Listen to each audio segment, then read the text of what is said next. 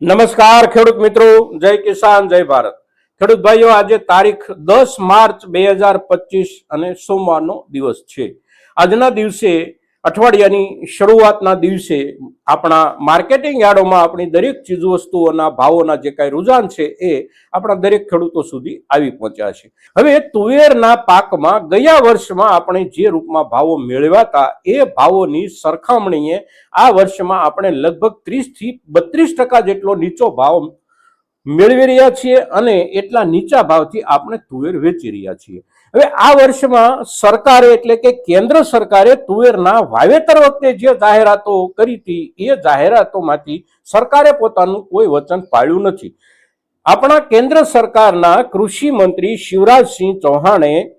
તુવેરના વાવેતર સમયે આખા દેશના ખેડૂતોને આપણને એવી હૈયાધારણ આપી હતી, એવો આપણને એક ખાતરી સાથેનો સંદેશ આપ્યો હતો કે આ વર્ષમાં દેશના કોઈ પણ ભાગમાં કોઈ પણ ખેડૂત જેટલી તુવેર ઉત્પન્ન કરશે એ તમામ તુવેર કેન્દ્ર સરકાર પ્રતિ ક્વિન્ટલ 7,550 રૂપિયા એટલે કે એક મણના 1,510 રૂપિયાના ભાવથી સરકાર ખરીદી લેશે।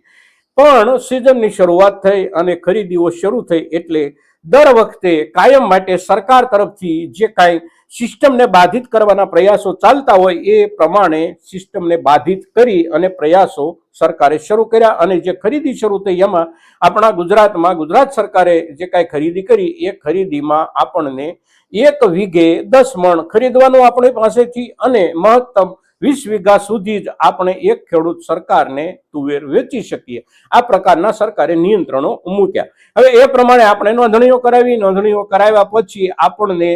સિસ્ટમ તરફથી જે કાંઈ સૂચનાઓ મળે એ સૂચનાના આધારે આપણે આપણો માલ લઈ અને સરકારના ખરીદ કેન્દ્રો સુધી જઈએ, પણ એમાં પણ ગરબડી અને ગોટાળાઓ આપણને આખા ગુજરાતમાં જોવા મળ્યા છે અને આખા દેશમાં પરિસ્થિતિ એ હતી। સરકારે જે લક્ષ્યાંકો જાહેર કર્યા વાવેતર વખતે એની તો ચર્ચા ક્યાંય થતી જ નથી, પણ ખરીદી વખતે જે લક્ષ્યાંકો નક્કી કરવામાં આવ્યા એમાંથી પણ સરકારે કેટલી ખરીદી અને કેટલી બાકી રહી ગઈ, કયા ખેડૂતોને મેસેજ મળ્યા અને કેટલાને ન મળ્યા, આની કોઈ વિગત સરકાર આપણને ક્યારેય આપવાની નથી। અને ખૂબ બધા ખેડૂતો એવું કહી રહ્યા છે કે અમે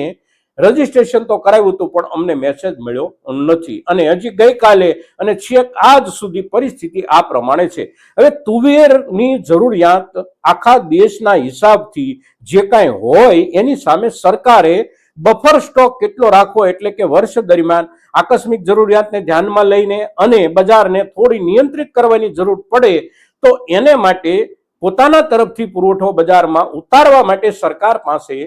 કેટલો માલ હોવો જોઈએ ખરીદ કરેલો દેશના ખેડૂતો પાસેથી, તો કઠોળ જે છે મુખ્ય કઠોળ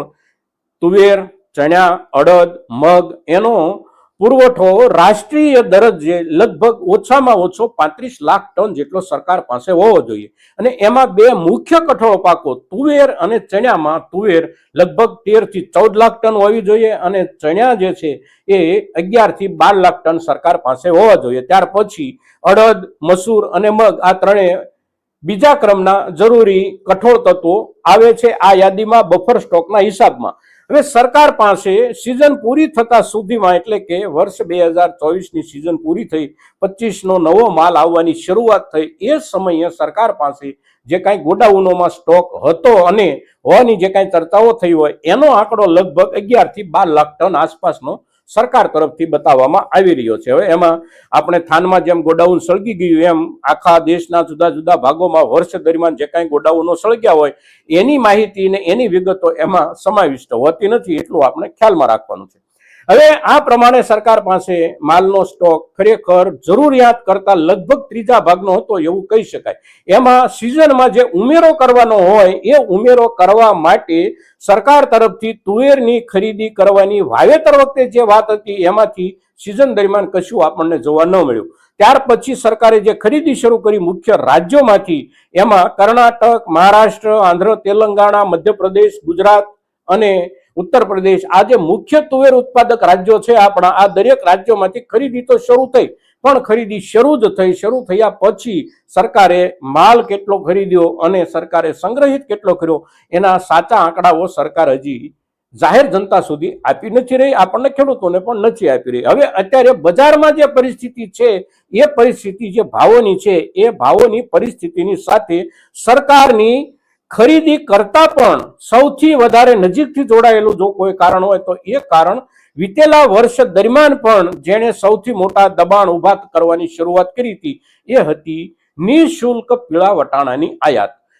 પીળા વટાણા જે છે એ એટલા માટે જ ભારતમાં આયાત કરવામાં આવે છે કે ચણિયા દાળ અને તુવેર દાળમાં એનું મિશ્રણ કરી શકાય અને એનું મિશ્રણ કર્યા પછી તુવેર દાળ અને ચણિયા દાળમાંથી બનતા જુદા જુદા બેસન જેવા પદાર્થોને સસ્તા વેચી શકાય બજારમાં અને એટલા માટે સરકાર પીળા વટાણાની આયાત કરે છે. ગયા વર્ષમાં એટલે કે વર્ષ 2024 દરમિયાન પીળા વટાણાની ડિસેમ્બર સુધીની જે આયાત હતી આપણા દેશમાં એ અત્યાર સુધીનો સૌથી ઊંચો આંકડો હતો અને 30 લાખ ટન પીળા વટાણાથી પણ વધારે વટાણા આપણા દેશમાં વર્ષ 2024માં આયાત થયા છે અને એ જે આયાત થયા છે એમાંથી પણ મોટા ભાગનો જથ્થો વર્ષના પાછળના 6 મહિના દરમિયાન થયો અને એની અસર ધીમે ધીમે આપણા તુવેર અને ચણા પર નવી સિઝન સુધીમાં થવા માંડી હતી. અને નવી સિઝન જે શરૂ થઈ ત્યાર પહેલા પીળા વટાણાની આયાત નિઃશુલ્ક થશે કે એના ઉપર કોઈ શુલ્ક લાગશે, આ ચર્ચા જે કંઈ બજારોમાં ચાલતી હતી અને સરકાર તરફ બધાની જે નજર હતી એનો જવાબ સરકારે ડિસેમ્બર મહિનાની 23-24 તારીખે જે આપ્યો એવો હતો કે વર્ષ દરમિયાન જે કાંઈ પીળા વટાણાની નિઃશુલ્ક આયાત થઈ રહી હતી એ આયાત ફેબ્રુઆરી 2025ની 28 તારીખ સુધી એટલે કે જાન્યુઆરી અને ફેબ્રુઆરી 2 મહિના 2025ના પણ પીળા વટાણાની નિઃશુલ્ક આયાત શરૂ રહેશે. હવે